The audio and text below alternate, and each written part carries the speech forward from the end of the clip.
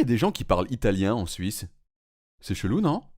Franchement, si on est honnête, la forme de la Suisse n'est vraiment pas top. Je veux dire par rapport à la France, qui est une étoile super gracieuse avec les bras grands ouverts. Je vous propose l'amitié. La Suisse, c'est une sorte de poisson, difforme et antipathique. Que pensez-vous d'autrui? Ce poisson antipathique est composé d'un tas de régions, qu'on appelle des cantons, et qui ont souvent des formes complètement débiles. Genre Soleure, n'importe quoi. Bon, Soleure, tu arrêtes maintenant, d'accord? D'accord. Ou encore Saint-Gall, qui enferme les deux petits cantons d'Appenzell comme un gros FDP. On peut sortir? Non. Dans la plupart de ces endroits, on parle soit allemand, soit français, mais ici, dans le zizi du poisson, il y a le Tessin.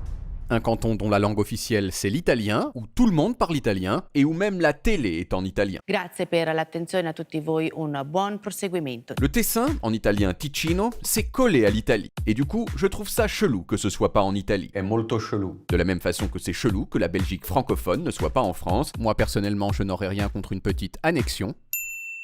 Franchement, je pense que c'est mieux comme ça. Pour tout le monde. Et que l'Allemagne et l'Autriche ne forment pas un seul grand pays sur lequel règne un chef suprême. Non, parce que... Mais alors pourquoi est-ce que le Tessin est en Suisse et pas en Italie? Eh bien tout simplement parce qu'il y a 500 ans, les Suisses l'ont conquis. D'ailleurs, ils ont même poussé plus loin au sud, dans une région qui à l'époque était occupée par les Français. Mais malheureusement, en 1515, ils se sont fait fumer leur race à la bataille de Marignan. Du coup, les Français leur ont dit « Bon, on vous laisse le Tessin, mais en échange, vous arrêtez de nous casser les... Hein ?» D'accord? Et voilà pourquoi, 500 ans plus tard, il y a toujours en Suisse un canton où on parle italien. Mais alors, aujourd'hui, est-ce que le Tessin c'est bien ou c'est pas bien? Eh bien, pour le savoir, il faut y aller. Hein? Parce que je suis comme ça, moi je suis quelqu'un qui se déplace. Moi, quand je suis arrivé au Tessin, j'ai lu des articles de journaux qui disaient tous en substance la même chose. Le Tessin est une terre de contrastes. Alors au début, je voyais pas trop ce que ça voulait dire, mais finalement, j'ai pu identifier plusieurs contrastes que je vais vous exposer successivement. Contraste numéro 1, la neige et les palmiers. Dans la vie, normalement, il faut choisir. Soit on a la neige, soit on a les palmiers. Mais au Tessin, non, il y a les deux. Et ça, c'est cool. Contraste numéro 2, la laideur et la beauté. Au Tessin, il y a des endroits franchement moches, avec des barres d'immeubles dégueux et des intérieurs d'hôtels décorés avec les couilles, mais il y a par ailleurs des choses d'une très grande beauté, comme ces villages italiens perchés qui semblent sortis de Game of Thrones, des lacs superbes avec des colonies de bateaux qui ressemblent à des fourmis, des paysages incroyables dans lesquels on peut faire des randonnées super techniques. J'ai failli perdre ma Breitling. Et puis surtout au Tessin, il y a Mario Botta. Mario Botta, c'est l'un des architectes les plus connus du monde. Il fait généralement des bâtiments soit complètement ronds, comme celui-ci sur lequel j'ai passé ma main à la manière de Russell Crowe dans Gladiator, soit complètement carrés, comme la façade de cette église qui ressemble à une danseuse de French Cancan qui soulève sa jupe. Bam.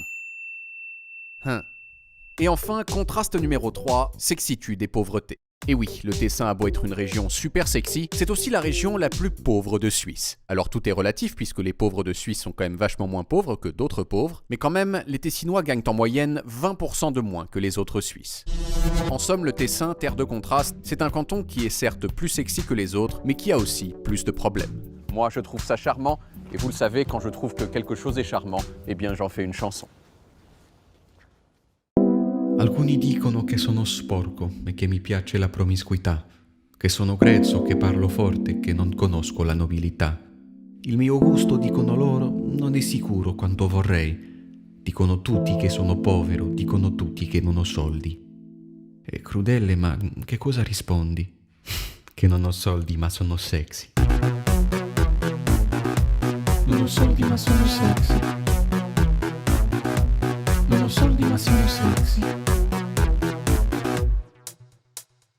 Piccolo portafoglio certo ma alta sensualità, reddito ridicolo forse ma super flessibilità. Sono ticinese,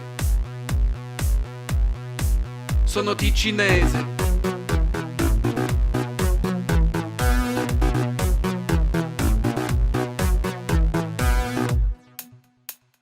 Risorse limitate sì, a volte dolore fiscale, ma sempre saldo i debiti con conoscenza carnale. Sono ticinese,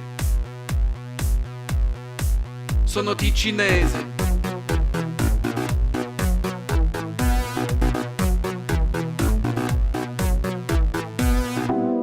meno affidabile dei tedeschi, meno raffinato dei romani, meno chic di altri svizzeri, ma più scopabile di loro tutti. Non soldi ma sono sexy.